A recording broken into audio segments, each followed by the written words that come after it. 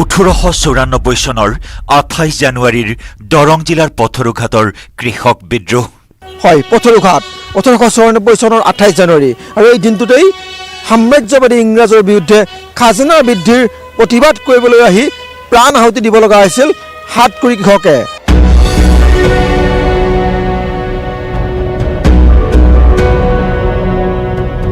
এশ 27 বৰ্ষত গৰকিলে ঐতিহাসিক পথৰুঘাটৰ কৃষক বিদ্ৰোহ।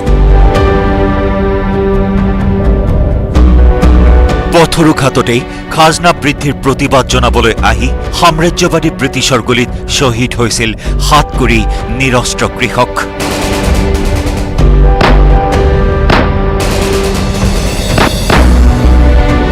আজিও সম্পূৰ্ণ নহল শ্বহীদসকলৰ নামৰ তালিকা।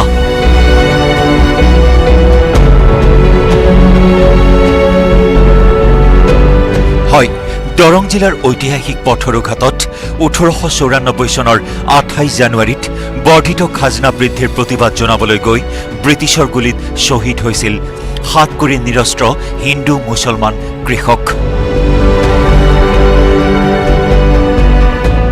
একেবাৰে শান্তিপূৰ্ণ গণ আন্দোলন কৰিছিলে।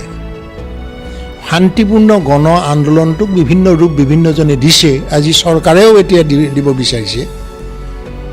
কিন্তু এইটোক যিধৰণে মানুহৰ মাজত প্ৰচাৰ কৰিব লাগিছিল বা ই যিধৰণে স্থান পাব লাগিছিলে, অসমত আৰু ভাৰতবৰ্ষত যিধৰণে স্থান পাব লাগিছিলে তেনেধৰণে স্থান পোৱা নাই। এইটো দীনেশ্বৰ শৰ্মা ডাঙৰীয়াই ঠিকেই লিখিছে, এইটো এটা সত্যাগ্ৰহ। তেওঁলোকে নাজানিও ঠিক সত্যাগ্ৰহী গণতান্ত্ৰিক সত্যাগ্ৰহ তেওঁলোকে কৰিছিল। আমাৰ বুৰঞ্জীবিদ প্ৰয়াত দীনেশ্বৰ শৰ্মা ডাঙৰীয়াই তেনেকৈ লিখিছিলে আৰু সেইটোৱেই সত্য।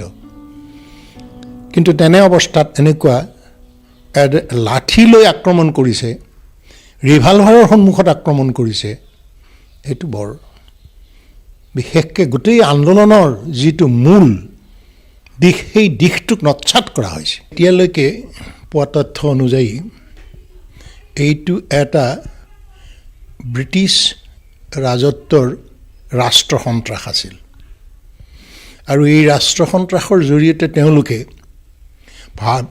অসমৰ অন্যান্য স্থানত যাতে তেনেধৰণৰ আৰু বিদ্ৰোহ নহয় তাৰ বাবে ইয়াক সংঘটিত কৰিছিল। পথৰুঘাটৰ ঘটনাৰ পূৰ্বতে বিশেষকৈ কামৰূপৰ ৰঙিয়া, ইফালে বাঁহজানি, সৰভোগ ইত্যাদি ঠাইত কৃষক বিদ্ৰোহ হৈছিল। তাত কৃষকসকলক নিৰ্যাতন কৰা হৈছিলে।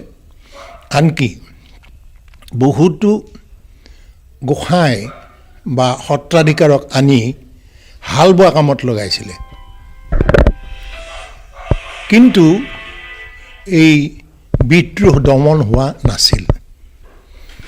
ব্ৰিটিছে দেখিছিল যে ই সম্প্ৰসাৰিত হ'ব পাৰে আৰু পূৰ্বতে তেওঁলোকৰ অভিজ্ঞতা অনুযায়ী নগাঁৱৰ যি কৃষক বিদ্ৰোহ হৈছিলে তাত আনকি ব্ৰিটিছ বিষয়াক হত্যা কৰা হৈছিল। তেনেধৰণৰ পৰিঘটনা যাতে অসমত হ'ব নোৱাৰে তাৰ বাবে এটা ৰাষ্ট্ৰ সন্ত্ৰাসৰ পৰিকল্পিত ৰাষ্ট্ৰ সন্ত্ৰাসৰ সৃষ্টি কৰিছিল পথৰুঘাটত।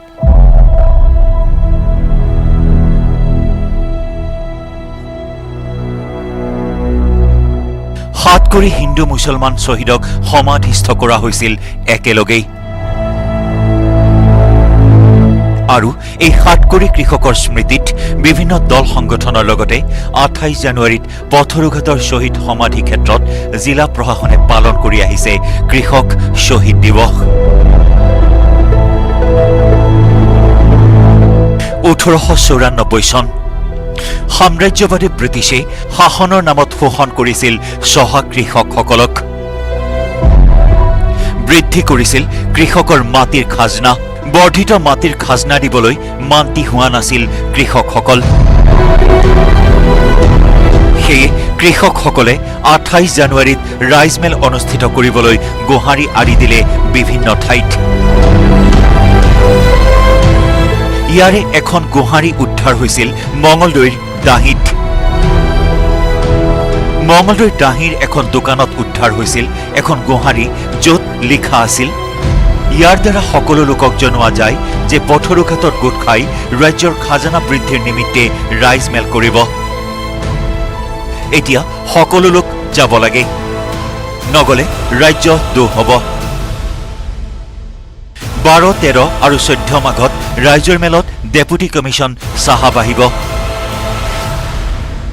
কিজানি খাজনা বৃদ্ধি নকৰে। 12 মাঘ বুধবাৰে সকলো গোট খাই মেলত যাব লাগে। এইখিনি কথাই উল্লেখ আছিল সেই গোহাৰিখনত। যিজন SP তালৈ লৈ যোৱা হৈছিল, সেই SPজন তেওঁ আৰ্মিৰ মানুহ আছিল, তেওঁ হেৰি নহয়। আৰু অসমীয়া একেবাৰে বুজি নাপায়, স্থানীয় ভাষা একেবাৰে বুজি নাপায়, মানুহৰ আচৰণ বুজি নাপায়, কোনো মূল্যবোধ বুজি নাপায়, একো বুজি নাপায়। তেনে এজন সামৰিক বাহিনীৰ লোকক লৈ যোৱা হৈছিলে। তেওঁলোক গৈ প্ৰথম কৰিলে কি, এই দাহিত এখন দোকানৰ বিপৰীত ফালে গছত আঁৰি থোৱা এই জাননীখন পালে। জাননীখন অতি সহজ সৰল, যে মানুহবোৰ গোট খাই পথৰুঘাটত মেল পাতি থাকিব লাগে, আৰু সেই মেলৰ পাছত ডেপুটি কমিশ্যনাৰক লগ ধৰি যি ৰাজহ কমাবৰ বাবে ৰাইজে দিব নোৱাৰে বুলি আপত্তি কৰিব খুজিছে তেওঁলোকে। আৰু লগে লগে তেওঁলোকে আশাও কৰিছিল সেই জাননীখন মতে যে ডেপুটি কমিশ্যনাৰে নিশ্চয় ৰাজহ কমাব। এই আশ্বাসটো তেওঁলোকে পাইছিলে হেৰিৰ পৰা, সেই সময়ত তাত থকা ভৱানী ভট্টাচাৰ্য যি তহচিলদাৰ, তেওঁৰ পৰা সেই আশ্বাসটো পাইছিল, আৰু সেইকাৰণেই সেই ৰাইজমেলখন পাতিছিল। তাত সেই জাননীখন পোৱাৰ পিছতে জাননীখন কোনে মাৰিছে, কেনেকৈ মাৰিছে, এই বিষয়ে সোধ-পোছ কৰি পেলাই যেতিয়া দোকানীজনে ক'লে মইতো ক'ব নোৱাৰোঁ, ৰাতি কোনোবাই মাৰি থৈ গৈছে, তেতিয়া তেওঁক কি কৰা হ'ল, আটক কৰা হ'ল। আটক কৰি লৈ যোৱা হ'ল। মানুহৰ মাজত সন্ত্ৰাসৰ সৃষ্টি হ'ল, আৰু লৈ গৈ পথৰুঘাটলৈ খোজ কৰাই লৈ গৈছে সেই মানুহজনক। মানুহবোৰে ভাবিছে এইটো কি কথা। গ'ল, এই প্ৰথম সন্ত্ৰাসৰ এটা বীজ ৰোপণ কৰিলে তেওঁলোকে। গৈ পেলাই বেৰিংটনে লিখিছে যে মানুহৰ এই গোটেইখিনি আহোঁতে তেওঁতো কোনো ধৰণৰ ভয়াৱহ অৱস্থা বা আক্ৰমণাত্মক অৱস্থা একেবাৰে দেখা নাই। আনকি দোকানীজনক বন্দী কৰি লৈ যোৱাৰ পিছতো কোনো ধৰণৰ আক্ৰমণাত্মক অৱস্থা দেখা নাই। 28 জানুৱাৰীত ৰাইজমেল। ৰাইজমেলত সিদ্ধান্ত হ'ল বৰ্ধিত খাজনা কৃষকে নিদিয়াৰ। ৰাইজমেলৰ সিদ্ধান্তৰ কথা তহচিলদাৰ ভৱানীচৰণ ভট্টাচাৰ্যক জনোৱাত জিলাধিপতি পথৰুঘাট তহচিলদাৰৰ কাৰ্যালয়ত আহিলে দাবীসমূহ উত্থাপন কৰিবলৈ পৰামৰ্শ দিয়ে। আৰু সেইদিনাই আছিল 1894 চনৰ 28 জানুৱাৰী।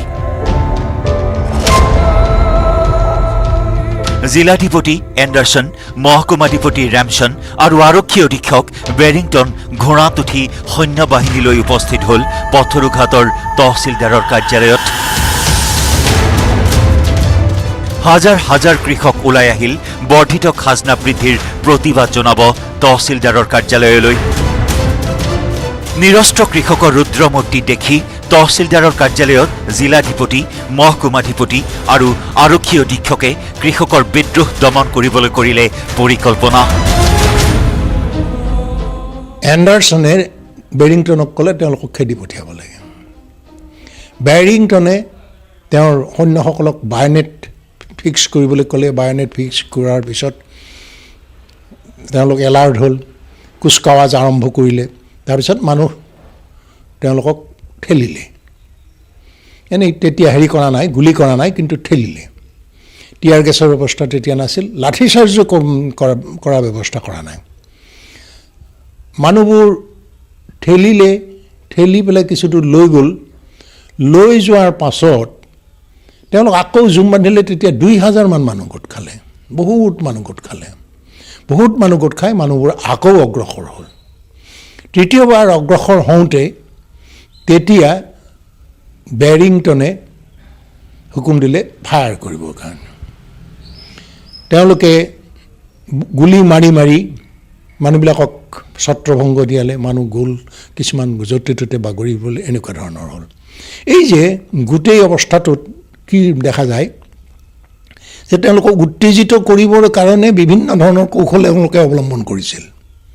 পুনৰতে আৰু এটা কৰিছিলে, এবাৰ কৰকি কৰিবলৈ গৈছে, ৰাতিপুৱা কৰকি কৰিবলৈ যাওঁতে বেৰিংটনে একো বুজি নাপায়, 200মান মানুহ এনেই আগুৱাই আহিছিলে, সেই 200মান মানুহক খেদিবৰ কাৰণে তেওঁৰ ৰিভলভাৰটো দি এজাই গুলি মাৰিছে, দূৰলৈ যাবলৈ কৈছে।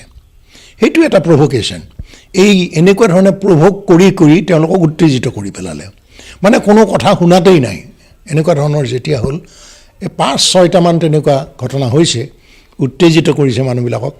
মানুহবোৰে তেতিয়া শেষত কেইজনমান ভুৰা বেঠা মানুহ, সেই সময়ত এটা কথা আছিলে যে প্ৰায়বোৰ মানুহে হাতত একোডাল লাখুটি লৈ খোজকাঢ়ে, প্ৰায় 45 বছৰ 50 বছৰীয়া মানুহ বা অলপ বয়সীয়া মানুহ, মেনা ধৰণৰ মানুহবিলাকে খোজকাঢ়ে। এনেকৈ কেইজনমান মেনা ধৰণৰ মানুহ, তেওঁলোকে হাতত লাখুটি আছিল, আৰু সেই লাখুটিহঁত তেওঁলোক গ'ল, কেইজনমান, বেছি নহয়, বুঢ়া বেঠা মানুহ, বয়সীয়া মানুহ, তাত সোমাই যাব খুজিলে। সোমাই যাব খোজোতে তেওঁলোকক বাধা দিলে। বাধা দি তাৰপিছততো মই কৈছোঁ গুলিয়াগুলি আৰম্ভ কৰি দিলে। তেতিয়া দলি চপৰা ইত্যাদি ফালৰ পৰা কিছুমানে হয়তো মাৰিলে, মাৰোঁতে এখন ৰণৰ নিচিনা হ'লেও তাত 140জন মানুহ ঢুকুৱা বুলি জনা গৈছে, কিন্তু তেওঁলোকৰ নাম পোৱা হোৱা নাই। এতিয়ালৈকে 64জন মানুহৰ নাম পাইছে, বাকীবোৰ মানুহৰ নাম পোৱা নাই। তাৰ বহুতো কাৰণ আছে, মই সেই বিষয়ে এতিয়া ব্যাখ্যা কৰিব নোখোজোঁ, কিন্তু এইটো ঠিক যে ই এটা ৰাষ্ট্ৰসন্ত্ৰাস আছিল, আৰু ৰাষ্ট্ৰসন্ত্ৰাসৰ জৰিয়তে সমগ্ৰ অসমত ভৱিষ্যতে যাতে তেনেকুৱা ধৰণৰ কৃষক বিদ্ৰোহ নহয়, তাৰ কাৰণে ব্ৰিটিছে চেষ্টা কৰিছিল। শ্বহীদ হ'ল 7 কোটি কৃষক।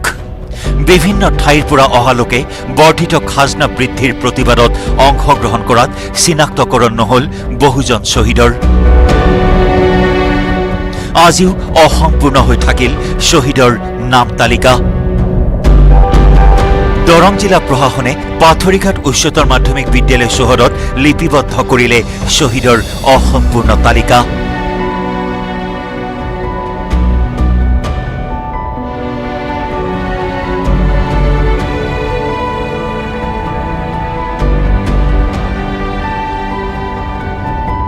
কি পালে শ্বহীদ পৰিয়ালে?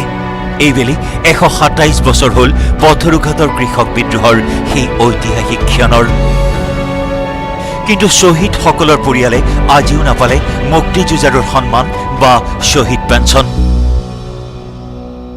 1952 চনৰ পৰা স্থানীয় ৰাইজে দল সংগঠনৰ সহযোগত শ্বহীদ দিৱস হিচাপে পথৰুঘাটত পালন কৰি আহি শতবৰ্ষীয় অনুষ্ঠান উদযাপন কৰিছিল 1994 চনত ছাত্ৰ সন্থাই। সেই সময়ত আছু নেতা সৰ্বানন্দ সোণোৱাল, সমুজ্জ্বল কুমাৰ ভট্টাচাৰ্য আহি শতবৰ্ষ পালন কৰিছিল। 2017 চনত প্ৰথমবাৰৰ বাবে চৰকাৰীভাৱে পালন কৰা হয় কৃষক শ্বহীদ দিৱস। 2017 চনত জাক জমকতাৰে কোটিটকীয়া বাজেটেৰে শ্বহীদ দিৱস পালন কৰিলে চৰকাৰীভাৱে। এই বছৰ বিশেষ আয়োজন প্ৰশাসনৰ। 127 সংখ্যক কৃষক শ্বহীদ দিৱসত উপস্থিত মুখ্যমন্ত্ৰী সৰ্বানন্দ সোণোৱাল। প্ৰায় 7 কোটি টকা ব্যয়েৰে নিৰ্মাণ কৰা কৃষি প্ৰশিক্ষণ কেন্দ্ৰৰ মুকলি কৰে মুখ্যমন্ত্ৰী সৰ্বানন্দ সোণোৱালে। উপস্থিত থাকে কৃষিমন্ত্ৰী অতুল বৰা। মঙলদৈ প্ৰেছ ক্লাব আৰু দৰং জিলাৰ বাৰ্তাজীৱী সংঘই পথৰুঘাটৰ প্ৰচাৰ আৰু প্ৰসাৰৰ বাবে বিগত 12টা বছৰে মঙলদৈ প্ৰেছ ক্লাবত 27 জানুৱাৰীৰ দিনটোত এক বিশেষ আলোচনা চক্ৰৰ আয়োজন কৰি আহিছে। এইবেলিও এই সভাত কেইবাগৰাকী বিশিষ্ট লোকে অংশগ্ৰহণ কৰে। পথৰুঘাটবাসীৰ কামনা অতি শীঘ্ৰেই শ্বহীদৰ তালিকা সম্পূৰ্ণ কৰি মান্যতা প্ৰদান কৰা হওক শ্বহীদসকলক। পাঞ্জাৱৰ জালিয়ানাৱালাবাগৰ দৰেই পথৰুঘাটৰ এই ঐতিহাসিক ক্ষেত্ৰকো পৰ্যটন ক্ষেত্ৰ হিচাপে গঢ়ি তোলক ৰাজ্য চৰকাৰে।